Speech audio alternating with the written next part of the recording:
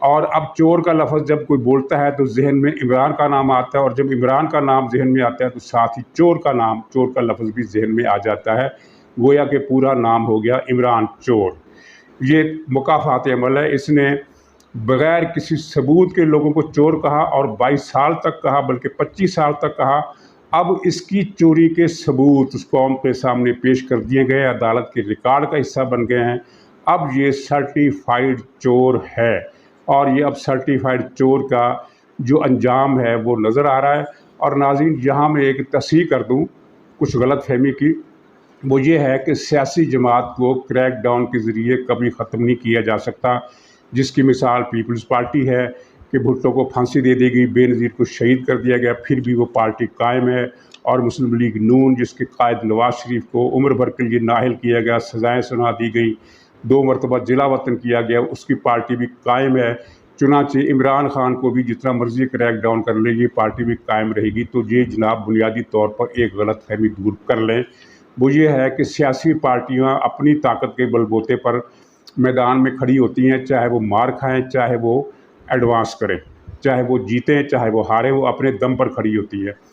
P T I معروف معنوں میں سیاسی جماعت ہے ہی نہیں، یہ کبھی سیاسی جماعت تھی ہی نہیں۔ یہ سلیکٹڈ قسم کے کرمنلز کا ایک گروہ تھا جو آپریٹ کر رہا تھا، اور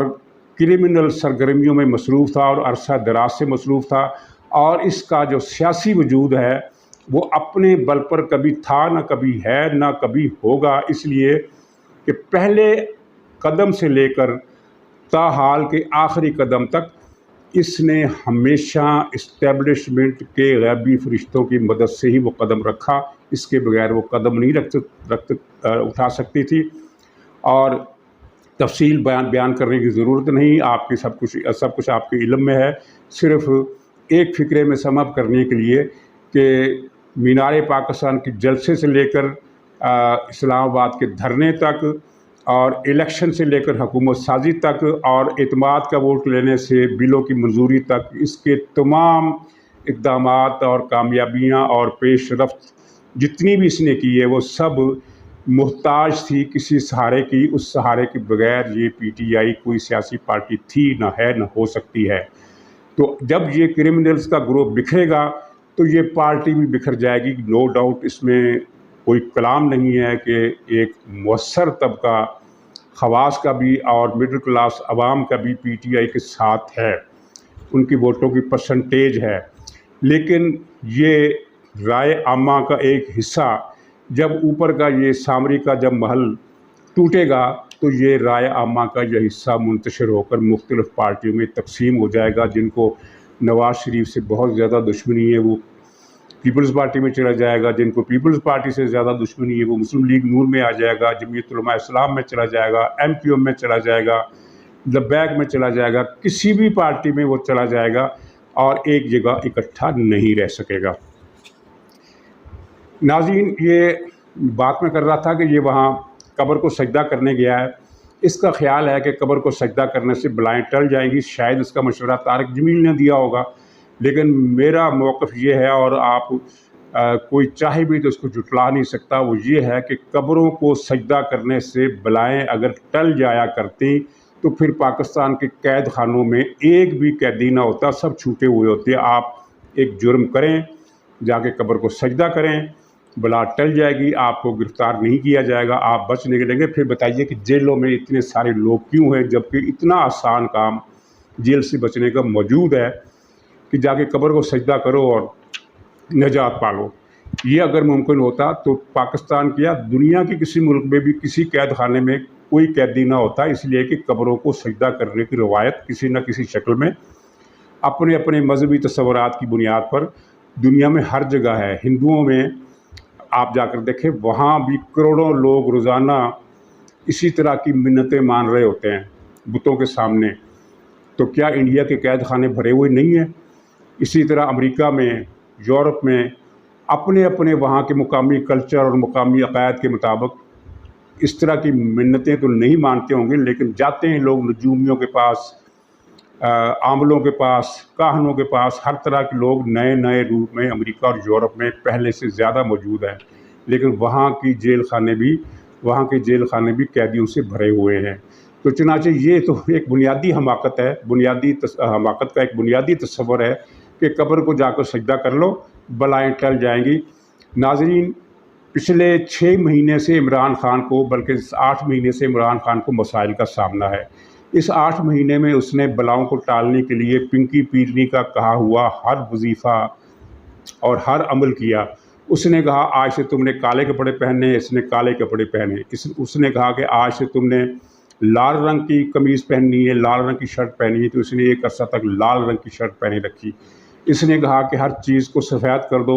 بنی گالا سے لے کر عمران خان کے لباس تک ہر چیز سفید ہو گئی۔ اس نے کہا زندہ مرغیاں جلاؤ، مرغیاں جلائی۔ اس نے کہا یہ کرو، فلاں ٹونا کرو، فلاں کرو اور فلاں، پتہ نہیں کیا کیا خبریں اس دوران باہر آتی رہی ہیں۔ اس نے 8 مہینے پنکی پیرنے کا کہا ہوا کوئی حکم نہیں ٹالا، تو کیا اس کی بلائیں ٹل گئیں؟ حکومت تو اس کی ختم ہوئی ہے 4 مہینے پہلے، لیکن اس پر جو زوال کا پیریڈ شروع ہوا اس کو تقریباً 8 مہینے ہو گئے ہیں، اور 8 مہینے سے یہ پریشانیوں کا شکار رہا ہے۔ حکومت میں رہتے ہوئے ہر دم اسے دھڑکا رہتا تھا کہ آج یہ ہو جائے گا، آج وہ ہو جائے گا، کبھی اس کی تقرری کر دو، کبھی اس کی یہ کر دو۔ سب کچھ اس نے کر کے دیکھ لیا، کچھ نہیں ہوا۔ اسے مکافاتی عمل کا سامنا ہے، کوئی ٹونا، کوئی کالا جادو، کوئی مولوی طارق جمیل، کوئی قبر اسے نہیں بچا سکتی۔ یہ اب اپنے انجام کو پہنچ رہا ہے اور پہنچنے والا ہے۔ اور آج پی ٹی آئی کی جو اندرونی مورال کی جو کیفیت ہے اس کا اندازہ آپ اس سے کیجیے کہ اس نے پہلے کہا تھا کہ الیکشن کمیشن کا آج گھیراؤ کیا جائے گا جمعرات کو اور بڑا مظاہرہ کیا جائے گا، لیکن اب اس نے کہا ہے کہ نہیں، الیکشن کمیشن کے باہر تو ہم چند لوگ ہی بھیجیں گے، علامتی طور پر مظاہرہ باہر ہوگا۔ اور یہ یعنی اس کو رپورٹیں مل گئی تھی کہ پی ٹی آئی کے ورکر مار کھانے کے موڈ میں نہیں ہے یا مار کھانے کی ہمت سے باہر ہو چکا ہے، تو چنانچہ اس نے ایک کرنے کے لیے کیا۔ اب کچھ لوگ اکٹھے ہوں گے ریڈ زون کے باہر، اور ریڈ زون کے اندر جانے کی ہمت شاید ہی کوئی کرے، اور ریڈ زون کے باہر بھی اگر انہوں نے کچھ، ان میں سے کسی نے کوئی تشدد کا یا غنڈہ گردی کا روایتی ہتھ کنڈہ اختیار کیا تو خاطر خواہ تسلی بخش قسم کا انتظام ان کے لیے موجود ہے۔ ناظرین، اب ذرا توجہ فرمائیے کہ یہ ایک پروپیگنڈا، یہ جو اوسطا وہاں بلوچستان میں جو پاک ایئر فورس کا، پاک فضائیہ کا معاف کیجیے گا، پاک آرمی کا ایک ہیلی کاپٹر تباہ ہو گیا۔ اس میں 2 بڑے جرنیل اور 2 افسر اور 2 سپاہی شہید ہو گئے۔ تو اسی دن کابل میں القاعدہ کے لیڈر ایمن الظواہری پر ایک ڈرون حملہ کیا گیا جس میں وہ چل بسے، اور اب مجھے پتہ نہیں ہے ان کو شہید کہنا چاہیے یا نہیں، ہماری قومی پالیسی کیا ہے۔ ذاتی طور پر تو میں شہید سمجھتا ہوں، اس لیے کہ اس نے اپنی طرف سے مسلمانوں اور اسلام کے دفاع کے لیے اپنی زندگی وقف کی تھی، تو اس لحاظ سے تو ان کی موت کو شہادت ہی کہنا چاہیے۔ لیکن ابھی چونکہ ریاستی پالیسی ابھی واضح نہیں ہے، وہ جب پتہ چلے گا، اگر ریاست نے اس کو شہید نہیں مانا تو پھر ہم بھی نہیں مانیں گے۔ چلیے، بہرحال اسی روز واقعہ ہوا۔ اچھا، یہ جو ہیلی کاپٹر گرا یہ بہت بڑا سانحہ تھا، لیکن یہ ہیلی کاپٹر کیسے گرا اس سلسلے میں ابھی تک جو پاک فوج کی معلومات ہیں یا جو اندازے ہیں وہ یہ ہے کہ خرابی موسم یا اس کے اندر کوئی ڈیفالٹ، کوئی کیا کہتے ہیں، فنی خرابی، ٹیکنیکل مسئلہ کوئی اس طرح کا ہو گیا جس کی وجہ سے پوری تحقیقات ہوگی تو پتہ چل جائے گا۔ ایک امکان یہ ظاہر کیا جا رہا ہے کہ وہاں چونکہ بلوچ لبریشن فرنٹ والے ایکٹیو ہیں اس پورے علاقے میں، تو ہو سکتا ہے انہوں نے کوئی کارروائی کی ہو، لیکن یہ ظاہر ہے تحقیقات کے بعد ہی پتہ چل سکے گا۔ لیکن بنی گالا کی طرف سے جو کمپین چلائی گئی، ایک منظم مہم اس پر سوشل میڈیا پر، اور اشاروں کنایوں میں اس کے جو ٹی وی اینکر ہیں وہ بھی انہوں نے اس طرح کی بات کی، یہ تاثر دینے کی کوشش کی کہ جیسے یہ ایمن الظواہری کی طرف جو راکٹ داغے گئے تھے ان میں سے ایک راکٹ پاک فوج کے ہیلی کاپٹر کو جا لگا۔ اچھا، یہ جھوٹ تو ہے، لیکن آپ اس جھوٹ میں مضحکہ خیزی دیکھیے کہ امریکہ نے کابل میں راکٹ حملے کیے ہی نہیں، کیونکہ راکٹ جا کے ادھر ادھر بھٹک کر اپنے اس کو لگ جاتا ہیلی کاپٹر کو۔ اس نے چلایا ہے ڈرون،